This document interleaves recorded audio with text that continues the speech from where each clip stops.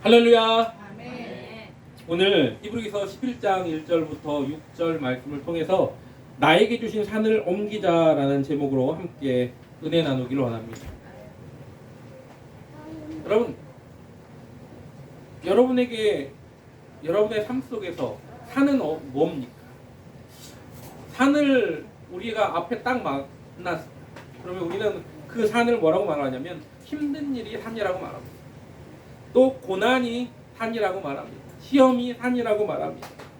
우리에게 어떤 고통과 역경을 주는 것이 방해물이 산이라고 말합니다. 근데 예수님이 이렇게 말씀하셨어요. 겨자씨만한 믿음만 있다면 이 산을 들어 저리로 옮긴다고 말씀하셨습니다. 근데 거기에 나와 있는 내용을 보면 예수님이 변화산에 올라가셨다가 내려오셨는데 귀신 들린 아이가 있어요. 근데 그 아이들을 제자들이 고치려고 했는데 못 고치는 겁니다. 근데 주님이 말씀하시는 겁니다. 겨자씨만한 믿음만 있다면 이 산을 들어 저리로 옮겼을 너희 믿음이 없는 것을 책망하시는 겁니다. 믿음이 없는 연고다. 그러면서 뭐라고 말씀하십니까? 기도 외에는 이러한 요가 나갈 수 없다고 말씀하십니다. 산을 옮기는 것이 문제가 아니라는 겁니다. 뭐가 문제냐? 믿음이 없는 게 문제라는 겁니다. 만약에 믿음이 있다면 산은 너무나 쉽게 옮길 수 있다는 겁니다. 여러분, 그래서 믿음은 뭐예요? 바라는 것들의 실상이고 오늘 본문에 보지 못하는 것들의 증거라고 말하고 있습니다.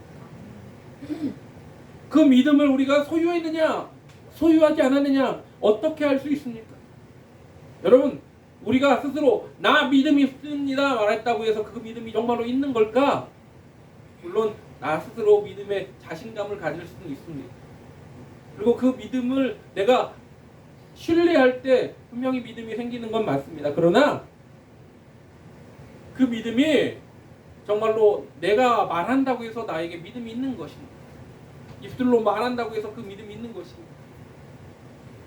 제가 예전에 어느 교회에서 아이들한테 구원받은 사람 손을 하고 있어요. 그랬더니 아무도 손을 안 드는데 한 아이가 손을 들었어. 맞죠? 근데 그 아이가 교회를 처음 나온 아이예요.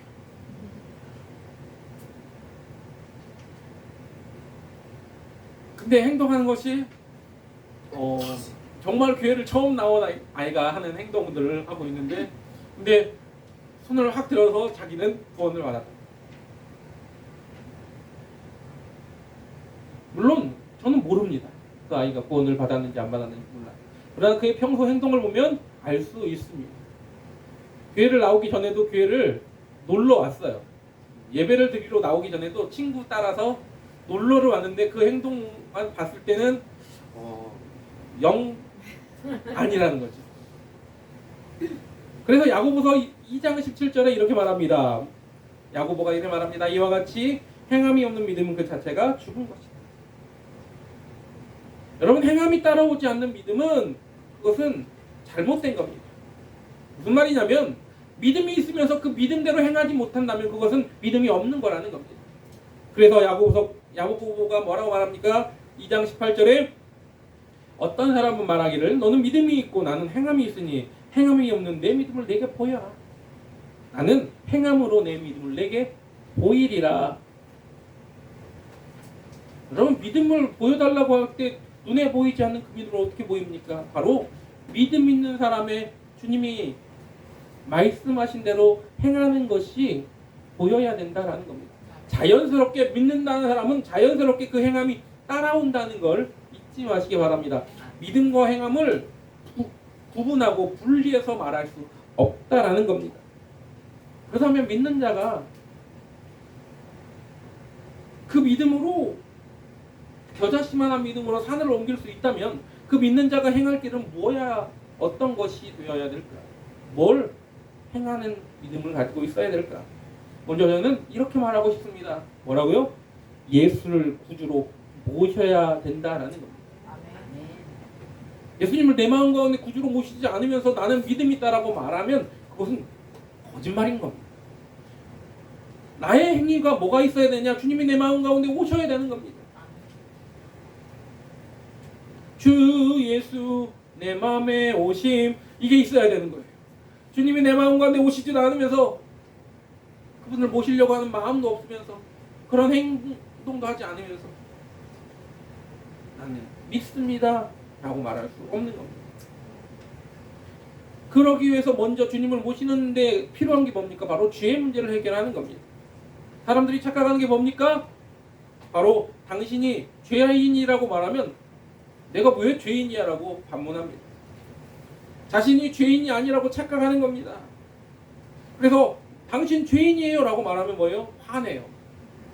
아마 싸우려고 할 겁니다. 죄에 대한 개념이 잘못되어 있기 때문입니다.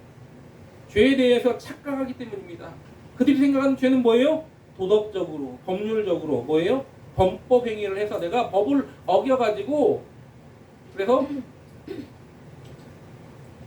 어떠한 처벌을 받을 때 그때 내가 죄를 지었다라고 말하죠. 아이들한테도 말해보면 뭐예요? 아이들도 부모님한테 거짓말하고 막 이런 것들을 죄라고만 생각을 합니다. 그건 뭐예요? 인간이 생각하는 죄입니다. 그래서 그런 것을 어기지 않은 사람한테 당신 죄인입니다 라고 말하면 뭐라고 말합니까? 싫어하죠. 화를 내죠.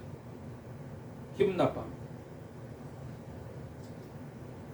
그런데 그것이 죄의 개념을 잘못 알고 있기 때문에 그런 겁니다. 어린이 전도협회에서 글 없는 책을 이제 가르쳐요. 그때 정의를, 죄의 정의를 이렇게 말합니다. 뭐라고 말하냐면 죄란 하나님 기뻐하지 않는 말이나 생각이나 행동이 죄다라고 가르칩니다. 성경은 뭐라고 말하고 있느냐? 성경은 요한복음 16장 9절에 분명하게 이렇게 말합니다. 죄에 대하여 하람은 그들이 나를 믿지 아니함이요 라고 말합니다. 죄는 뭐냐고요? 죄는요 도덕적인 법률적인 어떤 거짓말하고 이런 것이 죄가 아니라 가장 근본적인 죄의 정의는 하나님을 믿지 않는 거라는 겁니다. 예수님을 믿지 않는 것이 죄의 시작이라는 겁니다. 아담과 하와가 죄를 지었던 그 이유가 뭡니까? 불순종이었습니다. 하나님이 명하신 그 명령을 지키지 않는 것, 그 말씀을, 그 명령을 신뢰하지 않는 것, 그것이 죄의 시작이었다는 걸 잊지 마시기 바랍니다. 그로 말미암아 그 사슬이 지금까지 계속 우리로 하여금 죄의 굴레를 벗어나지 못하게 하고 있는 겁니다. 로마서 5장 12절에 이렇게 말하고 있습니다. 그러므로 한 사람으로 말미암아 죄가 세상에 들어오고 죄로 말미암아 사망이 들어왔으니 이와 같이 모든 사람이 죄를 지었으므로 사망이 모든 사람에게 이르렀느니라. 그렇습니다. 그래서 죄가 들어왔어요. 로마서 3장 23절에 또 뭐라고 말합니까? 모든 사람이 죄를 범하였으며 하나님의 영광에 이르지 못하더니 말합니다. 3장 10절에는 뭐라고 말합니까? 기록된 바 의인은 없나니 하나도 없다라고 말하고 있죠. 근데 그 죄만 지으면 끝이냐? 죄에는 값이 있다는 겁니다. 로마서 6장 23절에 뭐라고 말합니까? 죄의 삭은 사망이라고 말하죠. 그렇습니다. 죄를 지으면 결국에는 그 죄로 말미암아 죽을 수밖에 없다라는 겁니다. 모든 사람이 죄인이에요. 그 죄로 말미암아 죽을 수밖에 없습니다. 하나님이 그것을 보시고 뭐라고요? 한탄하셨어요. 그리고 그들을 그냥 둘 수 없이 쳤습니다. 해결책을 만드셨어요. 그것이 뭡니까? 5장 19절에 이렇게 말합니다. 한 사람이 순종하지 아니함으로 많은 사람이 죄인 된 것 같이 한 사람의 순종하심으로 많은 사람이 의인이 되리라. 의인이 될 수 있는 유일한 길은 다른 사람 필요는 안 된다는 겁니다. 그래서 예수님이 오신 겁니다. 우리가 잘 알고 있는 요한복음 3장 16절이 그렇게 태어난 겁니다. 하나님이 세상을 이처럼 사랑하사 독생자를 주셨으니 이는 저를 믿는 자마다 멸망치 않고 영생을 얻게 하려 하심이니라. 그래서 그분을 앞에 나와야 되는 겁니다. 그래서 그분의 이름을 부르는 겁니다. 사도행전 10장 13절에 이렇게 말합니다. 누구든지 주의 이름을 부르는 자는 구원을 받으리라. 아멘. 왜요? 4장 12절에 이렇게 말합니다. 사도행전 4장 12절에 베드로가 그 공회 앞에서 선포합니다. 제사장들 앞에서 선포를 합니다. 뭐라고요? 다른 이로서는 구원을 받을 수 없나니 천하 사람 중에 구원을 받을 만한 다른 이름을 우리에게 주신 일이 없음이라 하였더라. 그렇기 때문에 죄 해결은 예수님 앞에 나오는 겁니다. 천국에 들어가는 길은 예수님뿐이지. 황금집으로 가는 길도 예수님뿐이라. 다른 길은 없습니다. 다른 길은 없는 겁니다. 예수님밖에 없다는 겁니다. 그래서 죄의 해결은 예수를 믿는 것이고, 믿음이 있는 자가 행해야 될 가장 우선인 것은 바로 예수님을 믿는 것임을 잊지 마시기 바랍니다. 그 문제가 해결돼야 생명길로 갈 수 있는 겁니다. 제가 성막 강의를 했어요. 근데 그 성막 강의를 하다 보면 문이 있습니다. 성막에는요 울타리가 있고, 그 성막 울타리에는 문이 딱 하나가 있습니다. 동쪽으로 난 문. 길이가 10m나 되는 큰 문이에요. 이 문 한 곳이 뚫려 있는 걸 발견하게 되는데 넓잖아요. 그 말은 뭐냐면 아무에게나 열려 있다는 겁니다. 그리고 모두가 들어갈 수 있다는 겁니다. 근데 여긴 조건이 있습니다. 그렇게 넓고 아무나 들어갈 수 있지만 여기 조건이 있는데 하나, 뭐냐? 바로 택한 백성만이 들어갈 수 있었습니다. 이스라엘 백성만이 그 안에 들어갈 수 있는 겁니다. 그래서 그곳에 들어가서 죄 속죄를 얻는 제물을, 번제를 드릴 수 있는 거죠. 성경의 노싯은 십자가를 의미합니다. 그리고 오는 믿음을 상징합니다. 성막 울타리에 있는 그 기둥들은요, 기둥은 노시고요, 조각목을 노수로 싸서, 그리고 위 받침과 아래 받침은 은으로 되어 있습니다. 십자가를 믿는 믿음이 없으면 들어갈 수 없다는 겁니다. 성막에 회개를 하고 싶어도 우리는 아무렇게나 회개하면 되겠지라고 생각하지만, 어떤 회개의 조건도 바로 예수를 믿는, 예수의 십자가를 믿는 믿음이 있어야만이 성막문으로 들어갈 수 있다는 걸 잊지 마시기 바랍니다. 그래야 자격이 주어진다. 그 자격이 주어진 자, 그 죄의 문제를 해결하는 자들, 그 자녀들만이 하나님의 자녀가 되는 거예요. 요한복음 1장 12절에 영접하는 자, 곧 그 이름을 믿는 자들은 하나님의 자녀가 되는 권세를 주셨다라고 말하고 있죠. 그 하나님의 자녀가 되는 고백, 어떤 고백입니까? 베드로가 한 고백을 해야 됩니다. 베드로가 뭐라고 말합니까? 사람들이 나를 누구로 아느냐 할 때 이것저것 말하면서 말하죠. 너희는 나를 누구로 아느냐라고 물을 때 베드로가 뭐라고 말합니까? 주는 그리스도시요 살아계신 하나님의 아들이시니라라고 고백을 하지 않습니까? 근데 그것이 베드로의 의지로 한 고백입니까? 예수님이 그렇게 말합니다. 베드로, 네가 고백한 것은 네가 한 것이 아니라고 말합니다. 마태복음 16장 17절에 이렇게 말하고 있습니다. 예수께서 대답하여 이르시되 바요나 시모나, 내가 복이 있도다. 이를 내게 알게 하니는 혈육이 아니요 하늘에 계신 내 아버지시니라. 아멘. 하나님이 알게 하셨다는 겁니다. 우리 힘으로 그것을 고백할 수 없다라는 겁니다. 또 성경은 이렇게 말합니다. 고린도전서 12장 3절에 그러므로 내가 너희에게 말하노니 하나님의 영으로 말하는 자는 누구든지 예수를 저주할 자를 하지 아니하고 성령으로 말하지 아니하고는 누구든지 예수를 주시라 할 수 없느니라. 아버지께서 알게 하시고 성령께서 우리로 하여금 말하게 하심으로 예수를 주라고 선포하고 시인할 수 있게 한다는 걸 잊지 마시기 바랍니다. 아멘. 사랑하는 성도 여러분, 아직도 예수님이 나의 구주이심을 믿지 않는 그런 모습이 있다면 어떻게 해요? 믿어야 되는 겁니다. 그러면 어떻게 믿을 수 있느냐? 예수님이 뭐라고 말씀하셨습니까? 믿음에 대한 이야기를 할 때 예수님이 뭐라고 말씀하셨냐면 기도에는 이러한 요가 나갈 수 없다라고 말씀하셨습니다. 기도해야 됩니다. 성령 충만해야 되죠. 그래야 뭐예요? 응답받을 수 있습니다. 성령 충만을 구하기를 소망합니다. 그러면 돌 같은 우리의 마음에 뭐예요? 성령의 탄비를 허락하실 줄 믿습니다. 아멘. 오늘 먼저 죄의 문제가 해결되고 예수를 구주로 영접하는 그러한 행함이 있을 때 여러분 우리는 믿음이 있다라고 말합니다. 믿음 있는 자의 행동은요, 예수를 구주로 영접하는 것임을 잊지 마시기 바랍니다. 두 번째, 믿는 자가 행할 길은 뭐냐? 빛의 자녀처럼 행해야 됩니다. 에베소서 2장 3절에 이렇게 말합니다. 전에는 우리도 다 그 가운데서 우리 육체의 욕심을 따라 지내며 육체의 욕심을 따라 육체와 마음에 원하는 것을 하여 다른 이들과 같이 본질상 진노의 자녀이었더니라고 말합니다. 진노의 자녀였다는 겁니다. 진노의 자녀. 여러분, 진노의 자녀였어요. 우리가 원래 죄로밖에 죽을 수밖에 없는 자녀였다는 겁니다. 그런데 하나님이 우리를 긍휼히 여기시고 예수님을 보내셨다는 겁니다. 에베소서 2장 4절부터 5절에 이렇게 말합니다. 긍휼이 풍성하신 하나님이 그를 사랑하신 그 큰 사랑으로 인하여 허물로 죽은 우리를 그리스도와 함께 살리셨다. 아멘. 우리를 불쌍히 여기셔가지고요, 예수님을 보내셔서 우리를 살리셨다라는 겁니다. 아멘. 그렇기 때문에 뭐예요? 예수님을 영접하는 겁니다.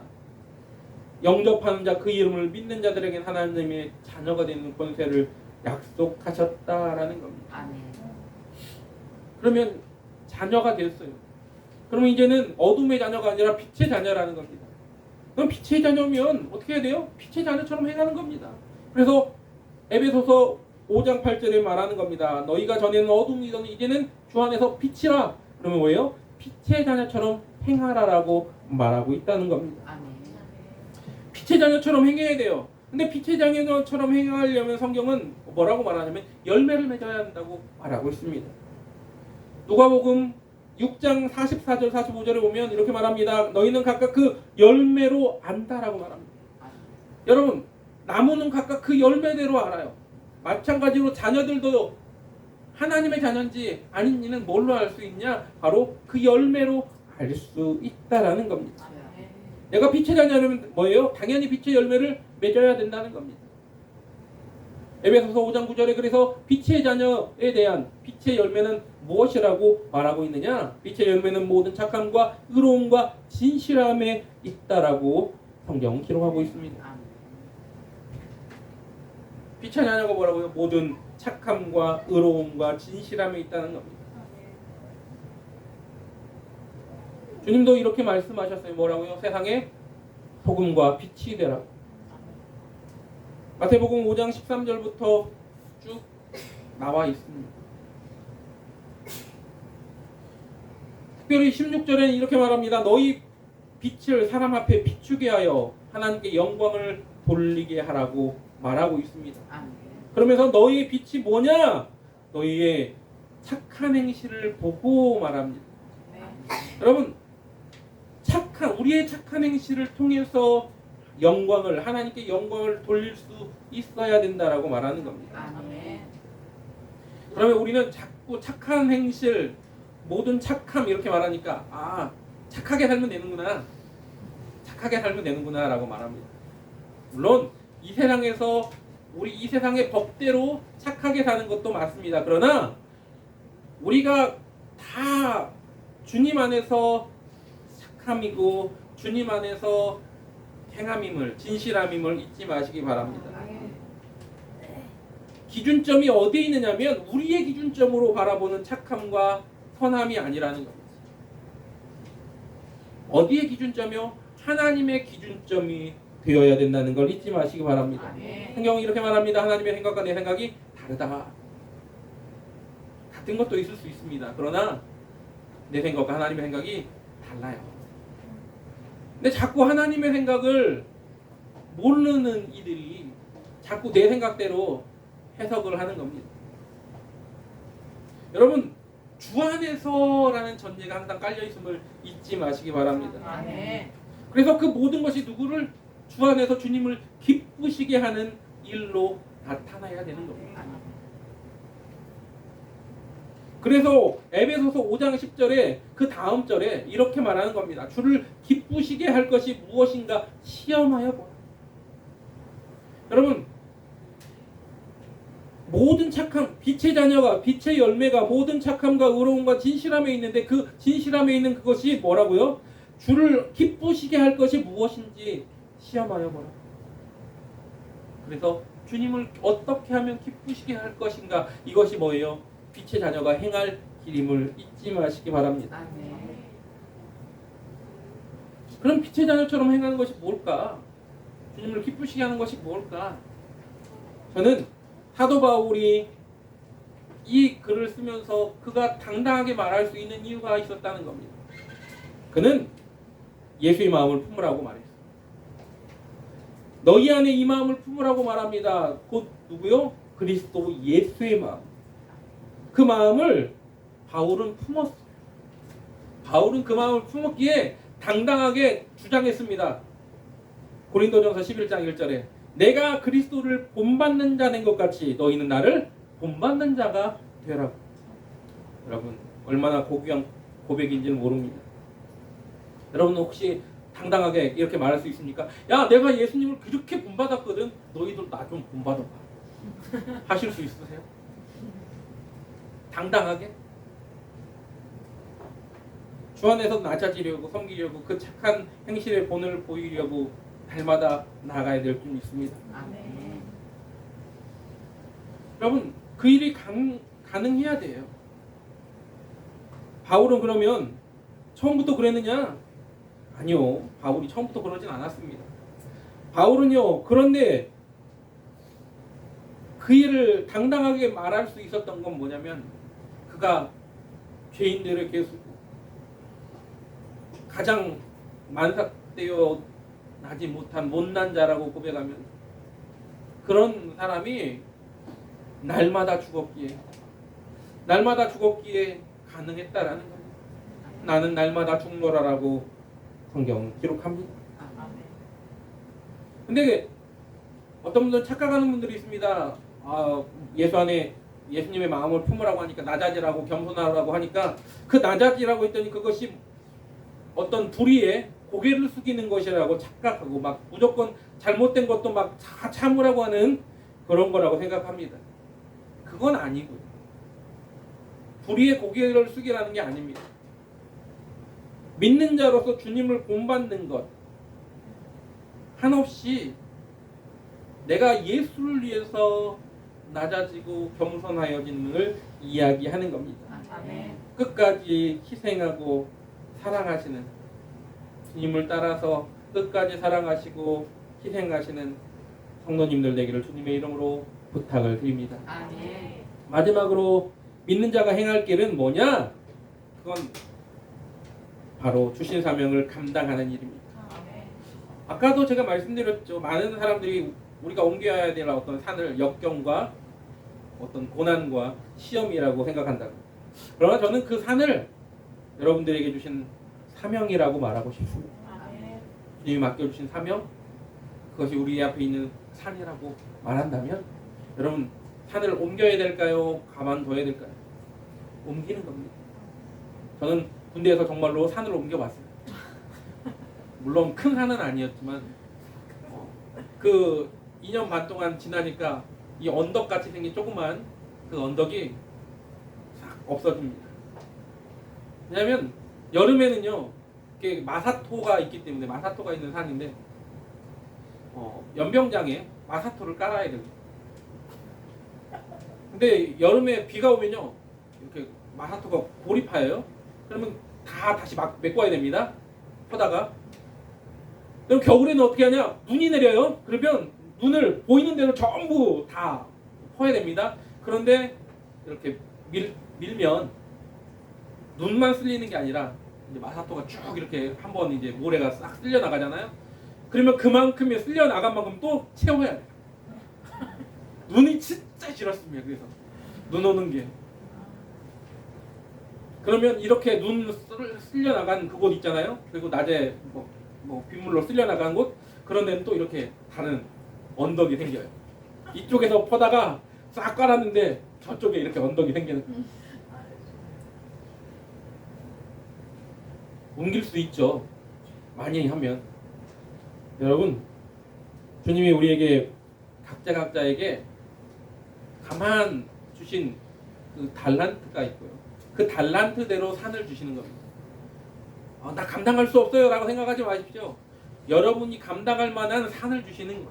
아멘. 그래서 여러분 우리가 거기에 할 일은 딱 하나밖에 없습니다. 뭐냐? 바로 충성인 겁니다. 아멘. 고린도전서 4장 2절에 그리고 맡은 자들에게 구할 것은 충성이라고 말했습니다. 아멘. 계시록 2장 10절에도 죽도록 충성하며 생명의 면류관을 내게 주리라고 말씀하셨습니다. 아멘.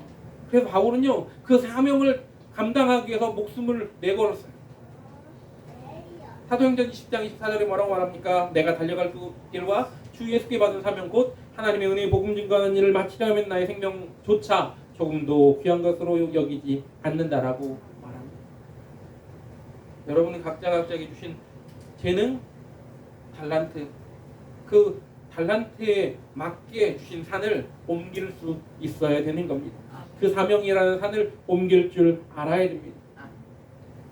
우리는 그 달란트를 다 받았어요. 없는 사람은 없습니다. 누구나 각각의 재능대로 받았습니다.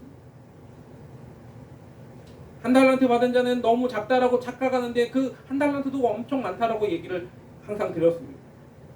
여러분, 우리에게 작은 재능, 나한테는 없는 것 같아. 나는 무슨 재능을 줬을까? 뭔가라도 있습니다. 제가 6살 때 목사가 되겠다고 이제 서원했잖아요.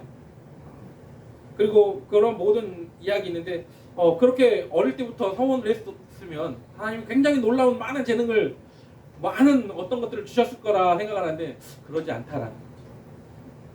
그냥 내세울 게 없는 그런 목사예요. 뭐 남들처럼 예언을 하는 것도 아니고 막 제가 막 주여 하면 막 쓰러지고 막 이런 것도 아니고 뭐 병 고치는 뭐 능력도 많은 그런 목도 아니고 꼭 필요할 때만 하나님이 그런 것도 허락하시지 그런 것도 아니에요. 뭐 성격은 좋으냐 그런 것도 아니고 성격도 급해서 절제도 잘 못하고 화도 잘 내고 딱 잘하는 거 하나 주님이 나한테 뭐라고 말씀하시면 그거 하나 잘하는 거 어디든 갈 준비가 되어 있다는 거 그거 하나 쓰셨어.